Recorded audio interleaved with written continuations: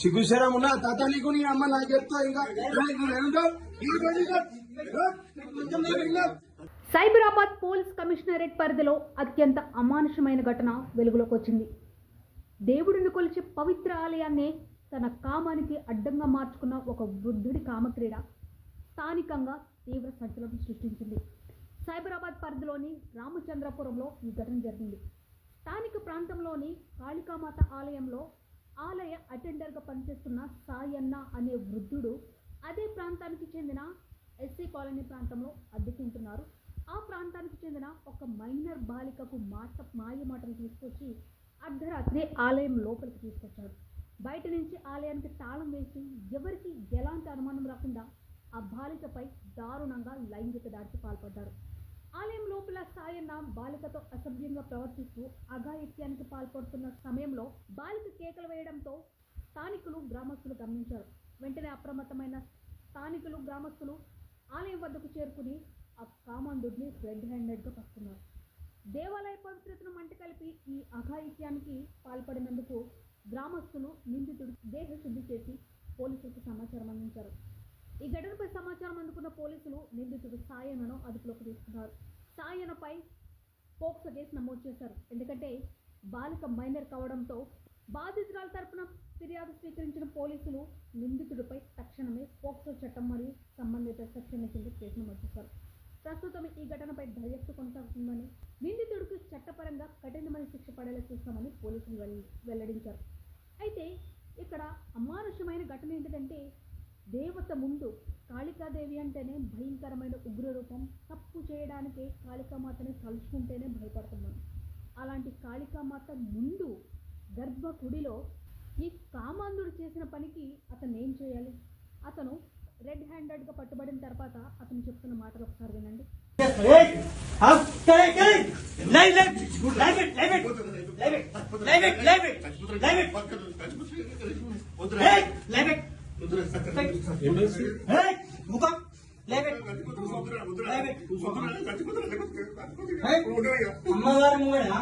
సిగ్గుశరం ఉన్నా తాత నీకు నీ అమ్మ నాకు చెప్తా ఇంకా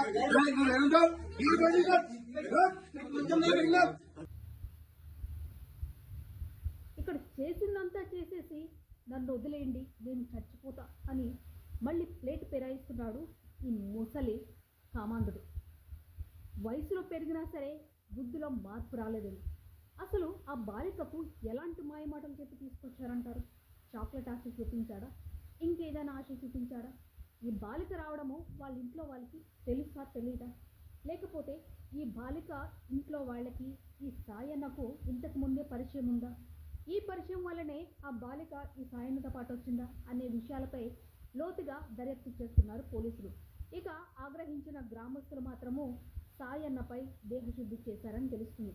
ఆ స్థానికులు ఆ ముసలి అతన్ని ఆ సాయన్నను అడుగుతున్న ప్రశ్నలు చూస్తుంటే ఏంటంటే అక్కడ మళ్ళీ కన్నీరు కారుస్తున్నారు. ఒకవేళ స్థానికులు రావడం కాస్త ఆలస్యమై ఉండుంటే ఆ బాలిక పరిస్థితి ఏమై ఉంటుందంటారు? ఇక కొంతమంది ఏమంటున్నారంటే ఆ కాళీమాతనే ఈ దుర్మార్గుడిని పట్టించింది, లేకపోతే ఇక ఎంతమందిని అఘాయిత్యం చేసేవాడో మాకేం తెలుసు అని చెప్పేసి గ్రామస్తులు అంటున్నారు. ఇక కొంతమంది అంటున్నారు ఆ బాలిక ఇష్టం లేకుండానే వచ్చిందా, ఆ బాలిక ఎందుకు కేకలు వేయలేదు, తీసుకొస్తుంటే ఇక ఆ బాలిక కేకలు వినే మేము వచ్చామని ఆ గ్రామస్తులు చెప్తున్నారు.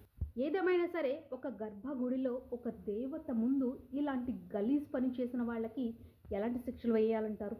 రోజు రోజుకి పిల్లల్ని, ఎస్పెషల్లీ ఆడపిల్లల్ని అలాంటి చూపుతోని చూసే సమాజం ఎక్కువైపోతుందేమో అని అనిపిస్తుంది. ఇలాంటి దౌర్భాగ్యం నుంచి మన ఆడపిల్లల్ని ఎలా గట్టించుకోవాలి? స్కూల్స్లో మనకి బ్యాడ్ టచ్, గుడ్ టచ్, ఎవరితో మాట్లాడాలి, ఎవరితో మాట్లాడకూడదు అనే విషయాలను ఈ మధ్య నేర్పిస్తున్నారు. ఆ విషయాన్ని మనం చాలా అప్రిషియేట్ చేయాలి. అలాగే ఇక ఇలా కొంతమంది బాలికలు ఎవరైతే ఇప్పుడు ఈ సాయన్న తీసుకొచ్చిన బాలిక ఉందో ఇలాంటి వాళ్ళకి ఎవరు అవగాహన కల్పిస్తారు? గవర్నమెంట్ స్కూల్స్లోనూ అండ్ లేకపోతే ఈ వీధుల్లో కూడా ఎక్కడైతే ఈ కాలనీస్ ఉంటాయో ఆ కాలనీస్లో కూడా గవర్నమెంట్ కొన్ని ఇలాంటి గుడ్ టచ్ బ్యాడ్ టచ్, ఎవరి దగ్గరికి వెళ్ళాలి, ఎవరితో ఎలా మాట్లాడాలి అనే విషయాల మీద బాలికలకు, ఎస్పెషల్లీ బాలికలకు అవగాహన కల్పిస్తే బాగుంటుందేమో అని అనిపిస్తుంది. అతని మనమరాలు వయసున్న అతని మనవరాల వయసు ఉంటుందేమో ఆ పాపకి, మనకి విజువల్స్లో కనిపిస్తుంది. అటువంటి పాపపై అఘాయిత్యం వడికట్టడానికి వాడికి ఎంత దుర్మార్గమైన మనసు ఆలోచించుకోండి ఒకసారి. ఇక తప్పు చేసిన తర్వాత ఏమంటున్నాడు మళ్ళీ, నన్ను వదిలేయండి, నేను చచ్చిపోతాను అని అంటున్నాడు. ఈ గ్రామస్తులు కనుక వాళ్ళని అటకాయించకపోతే, అంటే అడ్డుకోకపోతే ఆ పిల్ల పరిస్థితి ఏమై ఉంటుందంటారు? అంటే ఇక ఇది కొనసాగిస్తూ ఉండేవాడేమో. అసలు ఆలయ అటెండర్ అంటే ఏం చేయాలండి? ఆలయానికి ఎవరెవరు వస్తున్నారు వాళ్ళని ఎంట్రీ ఎగ్జిట్లు రాసుకోవడము, లేకపోతే ఆలయ పూజారికి కావాల్సిన పూజా సామాగ్రి అందించడము, పూజ కార్యక్రమాల్లో డైరెక్ట్గా కాకపోయినా ఇండైరెక్ట్గా అతని పాత్ర చాలా ఉంటుంది. అమ్మవారికి కావలసిన నైవేద్యాలు కానివ్వండి, అమ్మవారికి కావలసిన పూజా ఫలాలు రప్పించడం కానివ్వండి, అమ్మవారికి సంబంధించిన ప్రతిదీ కూడా ఈ అటెండర్సే తీసుకొస్తారు. ఇక ఆలయాన్ని శుభ్రంగా ఉంచడం, ఇది ఆలయ అటెండర్ చేసే పని. అంటే ఒక పూజారికి అక్కడ ఎంత పవిత్రతగా మనం చూస్తామో, ఆలయాన్ని కూడా పవిత్రంగా ఉంచే వాళ్ళని కూడా మనము అలాంటి రెస్పెక్ట్ ఇస్తూ ఉంటాం. మరి అలాంటి పవిత్రమైన ఉద్యోగం అనాలో, లేకపోతే ప్లేస్ అనాలో, ఇంకా స్థాయి అనాలో, ఏదో ఒకటి అనుకోండి. అలాంటి స్థాయిలో ఉన్న ఈ సాయన్ అనే వ్యక్తి ఇంత క్రూరంగా ఎలా ఆలోచించగలిగాడు? అది కూడా కాళికామాత ఆ టెంపుల్ అంటే ఒక్కసారి ఆలోచించుకోండి. అసలు దీని గురించి నాకు ఏం మాట్లాడాలో కూడా అర్థం కావట్లేదు. కాళికామాత అంటేనే మనం చూస్తేనే చాలా భయపడిపోతూ ఉంటాం, ఆవిడ ఉగ్ర రూపానికి అది భయపడుతూ ఉంటాం. కానీ ఇక్కడ కాళీమాత ముందే ఇంత చేసాడంటే అసలు ఏమనుకోవాలండి? ఇక విజువల్స్లో మనం చూస్తే కనుక ఏంటిదంటే, ఈ స్థానికులు ఎవరైతే యువకులు ఉన్నారో ఆ యువకులు వెళ్ళేసరికి, ఆ డోర్ తెరిచేసరికి ఏంటిదంటే వాళ్ళ మీదకి ఒక పిల్లో లాంటిది విసిరేస్తున్నాడు అనమాట.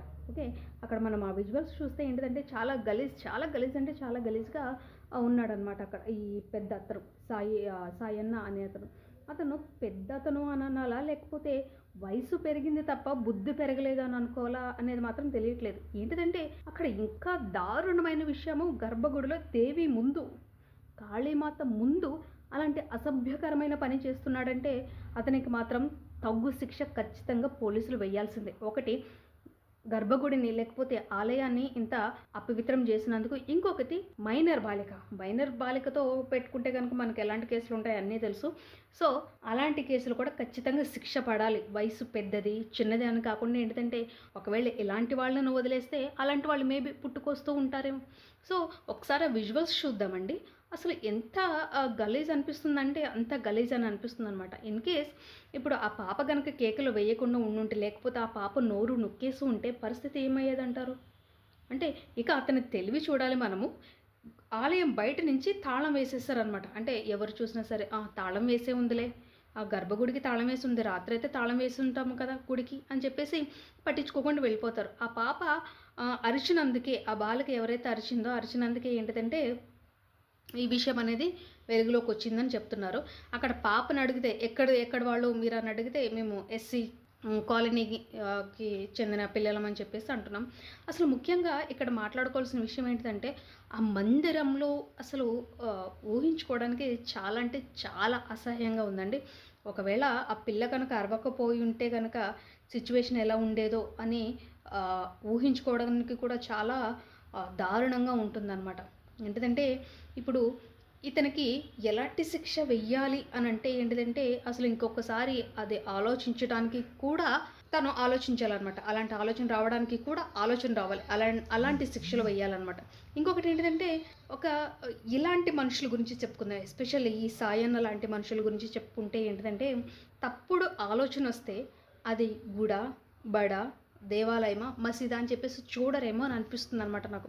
ఎందుకంటే ఇన్ జనరల్గా మనము దేవుడు అంటే భక్తిగా కొలుస్తాం, అది ఏ మతమైన వాళ్ళు కానివ్వండి భక్తిగా కొలుస్తాం. బట్ ఇటువంటి చిల్లర మనస్తత్వం కలవాళ్ళు, లేకపోతే ఇంత దారుణమైన మనస్తత్వం కలవాళ్ళకి ఏంటిదంటే ముందున్నది దేవుడా దేవత అనేది కూడా లెక్కలోకి రాదేమో అని అనిపిస్తుంది. ఏమనుకుంటున్నారో మీరు ఒకసారి కామెంట్స్ చేయండి. అలాగే ఈ విజువల్స్ చూడండి మళ్ళీ ఒక్కసారి. ఏంటంటే అతనే తీసుకొచ్చాడు నన్ను అని చెప్పేసి ఆ పాప అంటుంది. ఇక ఈ ముసలతను మాత్రం అట్లా ఏడుస్తున్నాడు అనమాట, బోరుని ఏడుస్తున్నాడు, నన్ను వదిలేయండి నేను చచ్చిపోతా అని చెప్పేసి అంటున్నాడు అనమాట. అసలు సమాజం ఎటుపోతుందండి? ఇలాంటి వాళ్ళకి ఎలాంటి శిక్షలు వేయాలంటారు? సో మరిన్ని వివరాల కోసం చూస్తూనే ఉండండి.